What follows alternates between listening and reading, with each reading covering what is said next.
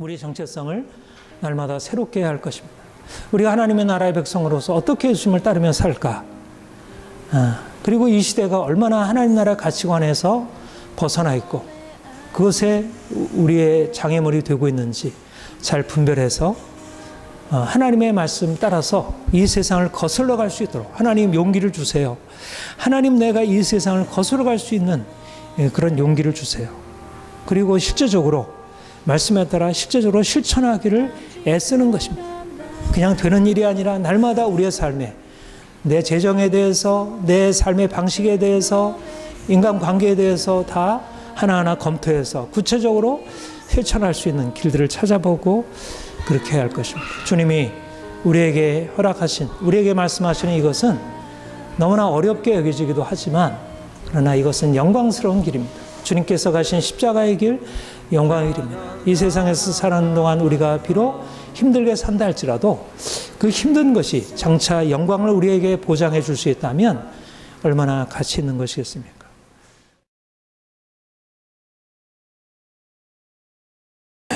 성경 로마서 12장 봉독하겠습니다. 너희는 이 세대를 본받지 말고 오직 마음을 새롭게 함으로 변을 받아 하나님의 선하시고 기뻐하시고 온전하신 뜻이 무엇인지 분별하라. 예수님을 믿는 것은 예수님을 따르는 제자가 되는 것이다 하는 생각을 하게 되고 정말 예수님이 사신 것처럼 그렇게 살았으면 좋겠다 그런 생각을 합니다. 예수님이 이 땅에 오셔서 우리의 구원자로 죽으시고 부활하셔서 우리의 구원자로 지금도 살아계시고 그래서 우리가 그를 믿으면 우리 인생 안에 전혀 놀라운 새로운 일들이 일어나는 것을 우리가 믿습니다. 그런데 사실은 요즘에 이렇게 많이 생각하는 것은 믿는다는 것은 곧 다르게 사는 것이구나. 그리고 예수님이 죽으시고 다시 부활하셔서 우리에게 새 생명 주셨다는 것은 결국 이 땅에 사는 동안 예수님이 사신 것처럼 그렇게 살아가는 것을 의미하는구나. 그래서 예수님의 사심을 좀 더 깊이 알고 깊이 묵상하고 또 그대로 살려고 노력을 하고 씨름을 해야겠다 생각을 합니다. 예수님이 오셔서 이 땅에 어떻게 사셨을까? 한마디로 말하면 그분은 사람들과 다르게 사셨습니다. 너무 달라서 사람들이 도무지 이해할 수 없었고 너무 놀라워 야 어떻게 저렇게 사실 수 있을까 그렇게 감탄하기도 했지만 너무나 그분의 삶이 달라서 사람들이 어떤 저런 인생이 어떻게 가능할까 이렇게 배척하기도 하고 결국은 예수님의 십자가에 못 박히셨습니다. 당시는 우리의 지금 상황과 너무나 다릅니다. 지금은 뭐 종교가 뭐 이제 그렇게 큰 역할을 하지 못하죠. 삶의 이제 중심이 되지 못하는데, 근데 이제 당시에는 사실은 이스라엘 유다 백성들에게는 뭐 다른 뭐 정치, 사회, 문화, 경제 어떤 것보다 사실 이 신앙, 종교가 가장 중요한 가장 핵심적인 뭐 권력이라는 표현을 쓴다면 정치 권력보다 경제 권력. 그러니까 오늘날은 뭐 정치나 경제가 가장 큰 힘이잖아. 그런데 당시는 종교가 하나님을 믿는 이 신앙이 가장 큰 의미를 가지고 있었고, 그래서 당시에 이제 종교 지도자 바리새인 서기관이라고 지칭하고 있는 이들이 단지 이들의 생각은 단지 그들의 생각이 아니라 당시 사회 전체, 유대인들 전체를 지배하는 생각이었습니다. 그게 말하자면 공통적인 가치관, 지배적인 세계관이라 할 수 있는.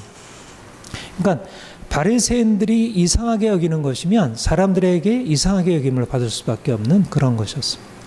그런데 바리새인들이 예수님이 하시는 행동을 보고 도무지 이해할 수 없었던 것입니다. 여러분들 잘 알듯이 예수님은 가는 곳곳마다 바리새인들과 계속적으로 부딪혔는데, 그 중에 하나 마태, 예수님의 제자 마태 아시죠? 세리 마태. 근데 예수님이 이제 그를 불러내셔서 제자 삼으시고 그의 친구들과 함께 식사 자리에 앉으셨는데, 이것을 본 바리새인들이 그 예수님의 행동에 대해서 너무 이상하다. 제자들에게 바리새인들이 말하기를, 어찌하여 너희 선생은 세리와 죄인들과 함께 잡수시느냐. 어찌하여? 무슨 말입니까? 이거는 도무지 있을 수 없는, 어떻게 죄인과 세리와 함께 하느냐. 예수님의 어떤 생활, 예수님의 그 행동은 우리가 볼 때는 야 놀랍다 이렇게 여겨지죠. 지금은 또 오늘날 많은 사람들이 예수님의 이런 모습에 대해서 굉장히 놀라워하고 또 그거를 탁월한 윤리로 인정을 하지만, 그러나 당시에 바리새인들 또 당시의 사람들에게 있어서는 너무나 이상한 죄인들, 말하자면 죄인이 되는 것입니다.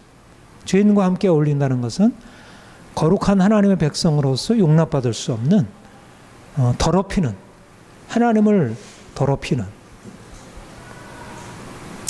이거는 단지 바리새인들만 아니라 바로 예수님이 칭찬하셨던, 예수님의 길을 예비했던 그 세례요한, 광야에서 회개하라 천국에 가까우니라 외치고 또 예수님에게 세례를 베풀고 예수님의 길을 준비했던 세례요한의 제자들이 예수님이 하시는 행동을 보고,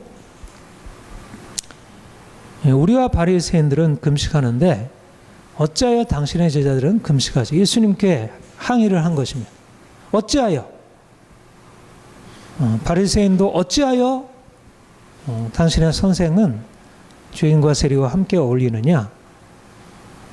당신의 선생은, 당신의 제자들은 어찌하여 금식하지 않느냐?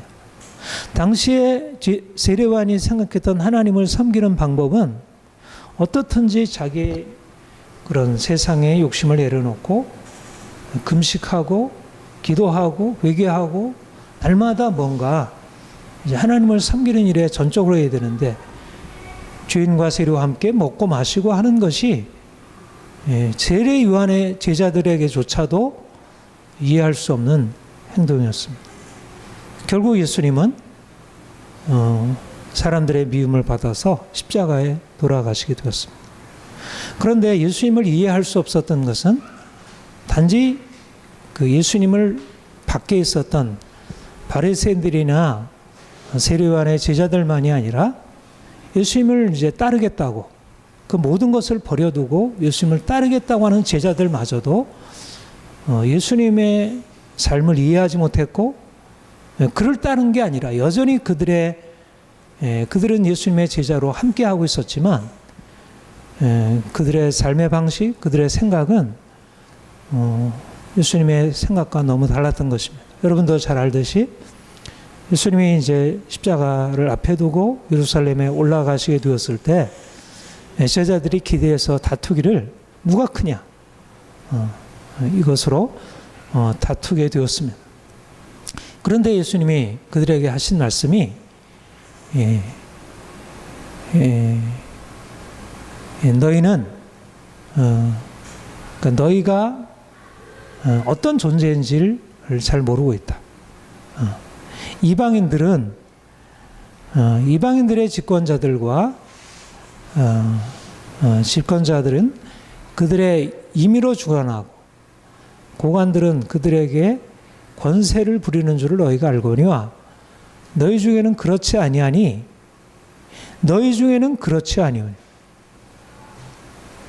너희 바깥에 있는 사람들은 지배하고 권세를 부리는 줄을 너희가 보고 알고 있지 않느냐. 삶의 방식은 그들은 어떻든지 지배하려고 하고 으뜸이 되려고 하고 섬김을 받으려고 하지 않느냐. 그건 너희가 잘 알고 있지 않느냐. 그러나 너희는 그렇지 않다. 너희 중에는 그렇지 않을지니 너희 중에 누구든지 크고자 하는 자는 너희를 섬기는 자가 돼. 말하자면 바깥에 있는 사람들, 로마 제국에 속한 그런 관리들, 또 헤롯의 관리들, 대제사장들, 바리새인들, 그 모두의 사고 방식, 그들의 삶의 방식과 너희가 얼마나 다른지를 아느냐. 예수님은 이 땅에 오셔서 다른 삶을 사셨고 다른 생각을 하고 사셨다는 것입니다. 그리고 제자들을 부르신 목적은 이제까지 그들이 속해 있었던 그 사람들, 그들과 다른 삶을 살게 하시려고. 너희가 알고 있는 사람들은 이렇게 살아가는 줄을 너희가 보고 그게 너무나 익숙하지만 너희는 다르다. 그런데 지금 제자들이 하고 있는 모습은 말하자면 저 바깥에 있는 사람들, 그들의 삶의 방식을 그대로 따르고 있다. 그래서 경쟁에서 서로 높아지고 내가 지배하려고 하는, 그런데 너희는 그렇지 않다. 너희는 이제 섬기는 자가 되고, 물론 내가 너희에게 으뜸이 되게 하고 영광을 얻게 하기를 원하지만, 그러나 그 방식은 세상 사람들이 생각하는 그런 것과 다르다. 예수님께서 생각하신 것은 세상에서 영광을 받고 사람들에게 높임을 받는 것이 아니었습니다. 오히려 하나님의 뜻을 전하고 하나님 나라의 삶을 사시다가 사람들에게 미움을 받고 십자가에 죽는 것이었습니다. 그래서 예수님이 십자가를 지시려고 예루살렘에 올라가실 때 예수님께서 이제 내가 예루살렘에 올라가면 대제사장들과 서기관들과 사람들의 미움을 받아서 내가 죽임을 당하게 되고 사흘 만에 살아나리라. 이렇게 말씀했을 때 예수님이 방금 제자들이 그 제자 베드로가 우리가 잘 주는 그리스도이시여 살아계신 하나님의 아들입니다 고백했던 그 제자가 얘기하기를 예수님 그러시면 안 됩니다. 만류하고 그렇게 말했는데 예수님께서 이에 대해서 말씀하시기를 사단아 내 뒤로 물러가라. 너는 나를 넘어지게 하는 자로다. 네가 하나님의 일을 생각지 아니하고 도리어 사람의 일을 생각하는 거다.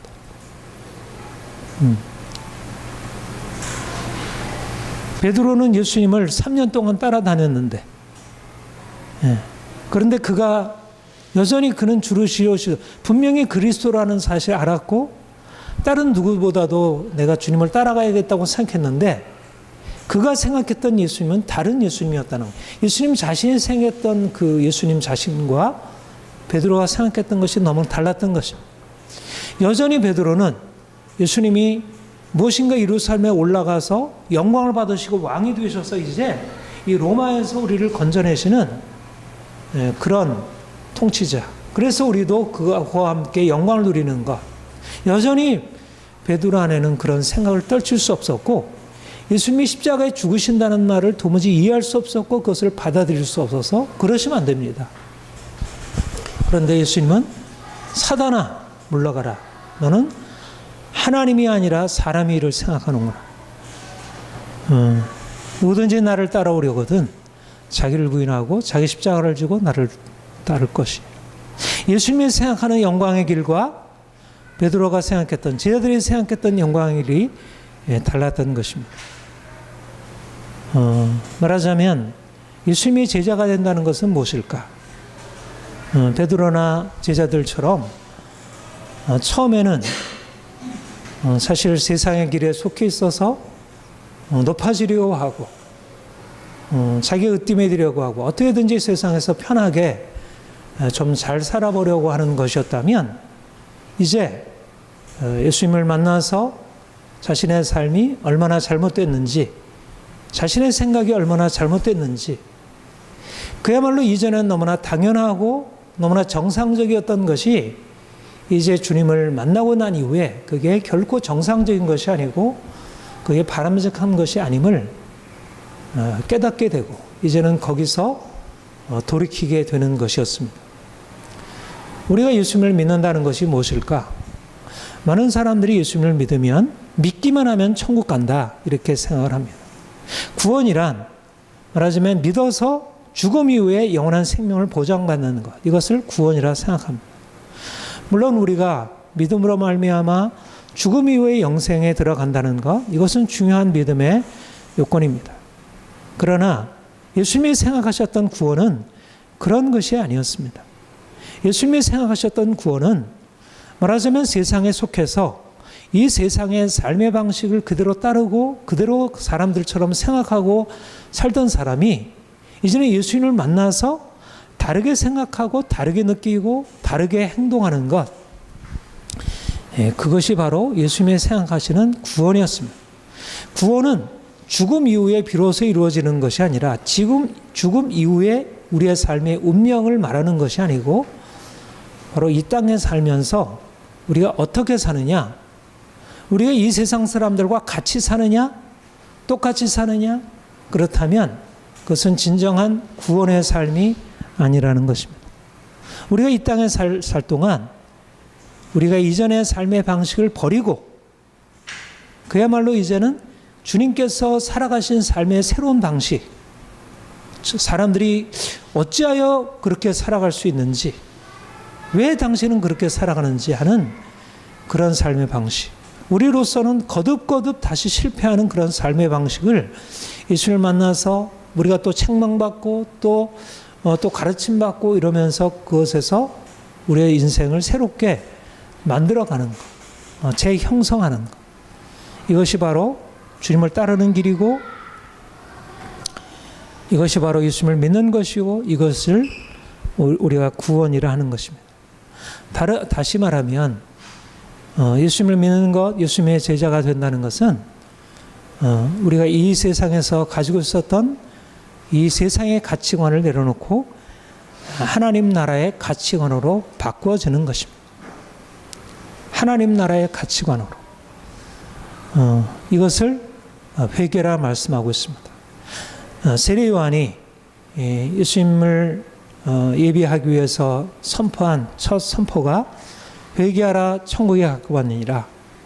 예수님도 세례를 받으시고 선포하신 첫 선포가 때가 찼고 하나님 나라가 가까웠으니 회개하고 복음을 믿으라. 우리 같이 읽겠습니다. 때가 찼고 하나님 나라가 가까웠으니 회개하고 복음을 믿으라. 하나님의 나라가 이제 도래했다는 것입니다. 이제 예수님께서 오심으로 말미암아 하나님 나라가 우리에게 도래했다. 이제는 하나님의 나라에 속한 자들로, 이전에 세상 나라에 속했던 삶의 방식을 버리고 이제 하나님 나라에 속한 백성으로서 살아가는 것, 이것을 회개라, 돌이키는 것, 마음을 돌이키는 것, 생각을 돌이키는 것. 메타노이아라는 말은 우리의 마음을 바꾸는 것입니다. 우리 본문에 너희는 이 세대를 본받지 말고 마음을 새롭게 함으로, 우리 같이 읽겠습니다.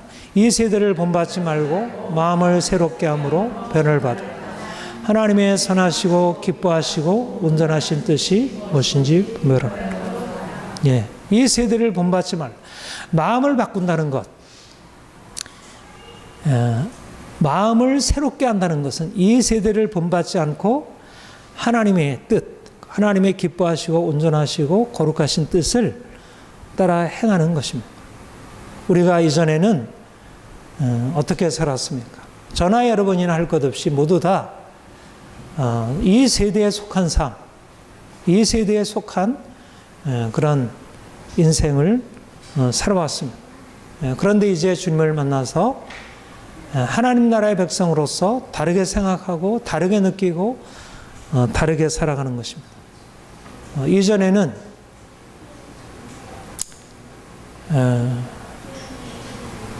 우리가 예수님을 믿는다고 하지만 여전히 내가 삶의 중심이 되어서 내가 원하는 대로, 내 뜻대로 내가 높아지고 내가 원하는 것을 이루는 것, 이것이 삶의 목적이었고 삶의 방식이었다면 이제는 돌이켜서 이제는 주님을 바라보고 날마다 주님을 생각하고 주님이 어떻게 사셨을까? 나는 어떻게 살아야 할까? 여러분, 생각 없이 살면 어떻게 됩니까? 생각 없이 살면 삶이 망가지게 되어 있습니다. 연력학 제2법칙이라 그러나 모든 것은 다 무질서한 대로 나아간다 그러잖아요. 그냥 자연스럽게 하면 무질서하게 됩니다. 우리가 그냥 아무런 생각 없이 살게 되면 편한 대로 세상 사람들이 살아가는 삶의 모습을 보고 거기에 따라 같이 욕망하고 같이 추구하고 병들고 죄짓고 그게 정상적인 것이라 생각하고 여러분 회개는 예수님을 처음 믿을 때 다 이루어지는 것이 아니라 우리가 주님께 처음 돌이켰고 사실은 중요한 것은 회개는 계속이 되는 것입니다. 사실 우리가 마음을 새롭게 하는 것, 변화를 받는 것, 하나님의 뜻을 분별하고 그대로 살아가는 것, 이게 한 번에 됩니까? 사실 예수님 만나지 못했을 때는 하나님을 제대로 알지 못했기 때문에 우리가 얼마나 잘못된지를 몰랐습니다. 근데 예수님을 만나고 나서 말씀을 들으면서 비로소 우리의 삶이 얼마나 문제가 있는지를 알게 되고 그래서 그때부터 씨름이 시작됩니다. 근데 씨름이 시작되면 바뀌나요? 우리가 마음을 새롭게 하고 변화를 받는 게 그렇게 쉽습니까? 마음을 바꾸는 것도 우리 실제적인 삶이 변화되는 건 너무나 어렵습니다. 제자들이 예수님을 3년 쫓아다녔는데도 여전히 누가 크냐 경쟁하듯이 예수님은 그리스도의 고백하고 났는데 우리가 찬양을 하고 나서도 또 집에 가면 여전히 또 싸우고 또 욕심 부리고 또 영광 받으려고 하고 십자가 싫어하고 이게 우리의 모습. 제자의 모습 예수님과 함께 했던 제자들마저도 그랬다면 오늘날 우리가 여기 이 땅을 살아가면서 얼마나 하나님을 믿는다 하지만 바리새인들이나 세례요한처럼 하나님을 섬기는 것 같아도 실제적으로 우리가 회개해서 하나님을 바라보고 예수님 바라보고 실제적으로 그것을 추구하고 그렇게 살지 않고 또 다른 데 머물러서 온갖 다른 거 붙들다가 또 빗나가는 길로 다른 길로 갔다가 또 돌이키기라도 하면 괜찮은데 그냥 거기서 머물러 있기도 하고 이게 얼마나 많은지. 사실 회개한다는 것은 우리가 얼마나 큰 문제를 가지고 있는지를 날마다 새롭게 인식하는 것입니다. 나는 아직도 덜 됐어. 내가 이렇게 10년 믿고 20년 믿고 내가 목사가 되고 내가 전도사가 되고 내가 집사가 되고 내가 이런 많은 신앙의 경험을 가지고 있지만 얼마나 내가 온전하지 못한지. 회개하라. 하나님 나라가 가까웠다. 라고 하는 말씀은 다른 믿지 않는 세상 사람들에게 당신 회개하시오. 예수 믿지 않으면 천국 가지 않고 지옥 가요. 이렇게 우리가 전도해야 하지만 그러나 우리 자신부터가 날마다 하나님 나라 앞에서 우리가 얼마나 큰 죄인인지 얼마나 우리가 회개할 것이 많은 존재인지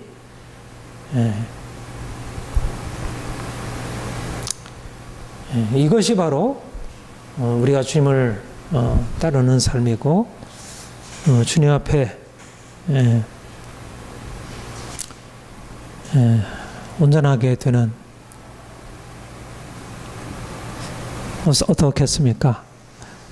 어렵겠습니까? 쉽겠습니까? 정말 어려운 길이긴 합니다. 그런데 이쪽으로 들어오면 사실은 그렇게 어렵진 않습니다. 들어오면. 근데 이 바깥에 있으면서 이쪽으로 들어오기가 사실 이 회개라는 게 참 어렵어요. 이 전환이라는 게 너무나 제가 이제 이렇게 심리 상담 이제 그런 거를 이렇게 많이 해보면 사실은 뭔가 이렇게 문제가 이렇게 드러나는 게 쉽다는 그런 거는 보이지만 이게 정말 바뀌어진다는 게 너무나 어려운 걸 봅니다. 신앙적으로도 사실 예수님 믿는 것은 어떻게 보면 그것도 기적이지만 예수님 믿고 나서 생각이 바뀌어지고 삶이 바뀌어지는 것은 얼마나 어려운지. 이거는 목사가 되든 장로가 되든 상관없이. 그러니까 오늘날 많은 목사님들, 장로님들이 넘어지고 문제를 일으키고 믿지 않는 사람보다 조금 더 나은 것이 없는 그런 방식으로 살아가는 것은 우리가 회개하여 천국 백성으로 살아간다는 것이 얼마나 어려운지를 보여줍니다. 우리가 어떻게 살아야겠습니까? 여러분, 지금 우리가 사는 세대는 옛날 예수님이 말씀하시고 활동하셨던 그리고 제자리의 주님을 따르던 시대와 다릅니다. 그때는 바리새인들이 사람들의 삶의 중심이었고 그들이 지도자로 사람들이 이끌어갔다면 오늘날 시대는 더 이상 종교가 옛날에는 너무 종교적이어서 너무 종교적인 신앙 때문에 사람들이 이 땅에서 사람들을 사랑하는 삶을 이렇게 살아가지 못했다면 지금은 종교가 완전히 물러나가고 이 세상은 다 세속화되고 과학기술 문명에 도래하면서 사람들은 머리로 모든 것을 자기가 생각하는 대로 살아가고 또 자신의 욕망을 마음껏 그것을 표출하고 그것을 따라 살아가는 포스트 모던 시대를 살아가고 있습니다. 우리가 이 시대, 그래서 우리가 이 세대를 본받지 말라고 할 때 오늘날 우리가 살아가는 이 세대에 대해서 알 필요가 있다는 것입니다. 오늘날 이 세대가 어떻게 살아가는지. 그리고 이 세대를 아는 것은 우리가 사람들이 이 세상을 아는 것은 어떤 이유로 세상을 알죠? 세상에서 살아남으려고, 이 세상에서 성공하려고, 이 세상을 이해할 이유는, 공부하는 이유는 이 세상에 잘 적응하고 동화되고 그들과 같이 살려고, 그래서 성공한 사람들을 본받고 따라가려고 이 세상을 이렇게 우리가 이제 알려고 합니다. 그런데 우리가 이 세상을 알아야 할 이유는 이 세상에서 성공적인 삶을 살기 위해서가 아니라 이 세상과 다르게 살려고. 이게 목적이 다른 것입니다. 우리가 공부하는 이유, 우리가 TV를 보는 이유, 우리가 영화를 보는 이유, 우리가 음악을 듣는 이유는 물론 그 가운데서 우리가 즐거움도 느낄 수 있고 무엇인가 우리가 삶에 유익한 정보를 얻을 수 있는 것도 있겠죠. 분명히 그런 의미에서 우리가 이 세상을 좀 이렇게 배우기도 하고 따라야 할 것도 있음이 분명히 사실입니다. 그러나 우리는 다른 사람들이 이 세상에 적응해서보다 인생을 성공적으로 행복하게 살기 위해서 세상을 아는 것과는 다르게 이 세상과 다르게 살기 위해서 우리가 영화를 보는 이유는 세상 사람들이 얼마나 하나님 나라의 삶의 방식과 다르게 사는지, 우리가 소설 읽는 것은 나도 이렇게 살아야겠다가 아니라 어떻게 사람들이 하나님의 나라의 삶의 가치와 다르게 살아가는지를 알기 위해서. 이 세대를 본받지 말라고 했으니까. 옛날 세대는 하나님 없는 세대고 옛날 세대는 우리가 벗어나야 할 세대에 있으니까 예수님께서 그렇게 말씀하셨고 사도 바울이 그렇게 말씀했고 지금은 달라졌는가? 아니, 오히려 그때는 그래도 바리새인들은 하나님 말씀이라도 전했지. 당신은 그래도 사람들이 윤리적으로 살려고 노력이라도 했었지. 그런데 지금은 더 비종교적으로 하나님 없는 삶이 우리의 삶의 중심, 그야말로 지배적인 세계관은 무신론이고 하나님 없는 세계관이 이 세상을 지배하고 있는데 어떻게 이 세상에 살면서 우리가 그대로 그 생각을 그냥 받아들이고 따라가겠습니까? 우리가 세상에서 동떨어져 가지고 그냥 살아갈 수 없죠. 우리가 직장에 들어가야 되고, 우리가 물건을 사야 되고, 우리가 신문을 봐야 되고, 우리가 시민으로서 활동을 해야 하니까 분명히 이 세상을 알아야 되지만, 그러나 우리는 단지 이 세상을 잘 배워서 거기에 적응하기 위해서가 아니라 이 세상과 다르게 살기 위해서. 그런데 오늘날 안타까운 것은 많은 그리스도인들이 교회 와서 하나님을 섬기고 예배하지만, 내가 그리스도인이라 고백하지만, 그러나 실제적인 삶을 살아갈 때는 어떻게 삽니까? 전혀 세상과 다름없이 세상적인 가치, 교회에서는 이제 교회의 옷을 입고, 여기 와서는 다 예복을 갈아입고 주님을 찬양하고 경배하고, 형제님, 집사님, 은혜 받았습니다, 감사합니다, 사랑합니다, 이렇게 고백하고, 집에 가서는 이제 옷을 다 갈아입고, 이제 세속에 들어왔으니까 이제는 세상적으로 살아야지. 가정에 들어가서는 똑같이 자녀들을 양육하고, 똑같이 남편과 아내와 대화하고, 똑같이 재정에 대해서 걱정하고, 또 뭔가 추구하고, 직장에 가서 세상 사람들과 똑같이 그렇게 똑같이 생각하고, 똑같이 말하고, 똑같이 아무런 거리낌도 없이 고민도 없이 그냥 생각하고, 같이 즐기고, 같이 여가를 즐기고, 같이 문화를 즐기고. 교회, 아니 오히려 교회조차도 이제는, 교회는 그래도 하나님을 섬기다가 바깥에 나가면 그렇게 되는 것이라도 있으면, 교회 오면 뭔가 이거 아니구나 이렇게 느끼는 부분이 있을 텐데, 이제는 교회조차도 우리가 생각하듯이 교회를 성장하고 외적으로 성장해서 그런 프로그램을 마련하여 비로소 교회가 오고, 사람들이 이곳에 와서도 뭔가 인간적인 어떤 필요를 채우고 자기가 원하는 것이 있어야, 그래야지 교회가 성장할 수 있는. 그러니까 교회가 전혀 세상적인 가치와는 다른 방식으로 이렇게 이루어지는 것이 아니라, 그냥 세상적인 가치를 그냥 받아들여서 그래야지 교회가 성장할 수 있습니다. 목사님도 성장을 추구하고, 성도들도 이곳에 와서 하나님 축복받아서 가정이 잘 되고 자녀들이 잘 되고 축복받는 삶을 그냥 살아가는 것. 이것은 믿음이 아닙니다. 이것은 구원이 아닙니다. 이것은 제자의 삶이 아닙니다. 이 세대가 어떤지 분별하고, 이 세대에 대해서 우리가 경계하고. 여러분, 요즘 어떻습니까? 우리가 음식을 먹으려면 일단 뭘 생각하죠? 이 오염이 됐나 안 해? 유기농인가? 음식이 오염이 됐는지 안 됐는지, 우리가 미세먼지가 이게 오염이 됐는지 어떤지, 이런 거 다 체크하고 살아가잖아요. 근데 사실은 그런 우리의 환경의 오염보다, 육체의 환경의 오염보다 더 심각한 것은 영적인 환경의 오염인 것입니다.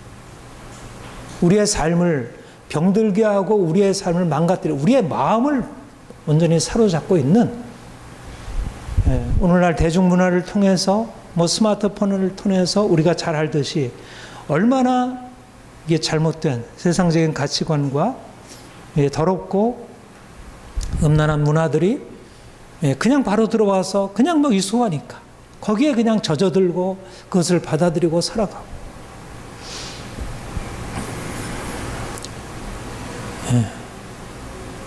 그리스도인들도 그러니까 예수를 믿지만 여전히 돈을 추구하고 이 세상 가치를 추구하는 이런 삶을 살아가게 됩니다. 점차 저는 요즘에 열심히 공부를 합니다. 이 세상에 대해서 어떻게 돌아가는지. 그리고 이 세상 안에서 긍정할 것도 많이 보게 되고, 또 배울 것도 많이 보게 되고. 우리가 이 세대를 이렇게 분별하는 것입니다. 중요한 것은. 그런데 사실은 분명한 것은, 우리가 하나님의 나라의 백성으로서 정말 다르게 살아야 하는 것을 요즘에 요한계시록 함께 계속 묵상하면서 보지만, 사실 요한계시록에서 얘기하는 그 짐승, 음녀의 권세, 굉장히 문자 그대로 실감 있게 다가오는 것을 많이 느낍니다. 얼마나 오늘날 이 시대가 짐승의 권세 안으로 들어가는지, 음녀의 그런 유혹과 시험 안으로 들어가서 세상이 점점 위험하게 되는지. 그리스도인이 어떻게 살아야 할까? 오늘날 이 시대에 비추어서 세 가지 말씀드리고자 합니다. 첫 번째는 성결하게 사는 것입니다. 우리 그리스도인들에게 주어진 핵심적인 정체성은 거룩한 백성, 자신의 욕심을 버리고 더러운 삶을 버리고 성결하게 살아가는 것입니다. 우리의 오늘날의 사회는 어떻습니까? 무제한한 육체의 욕망을 자유롭게 풀어주고 그것을 자유라고 말합니다.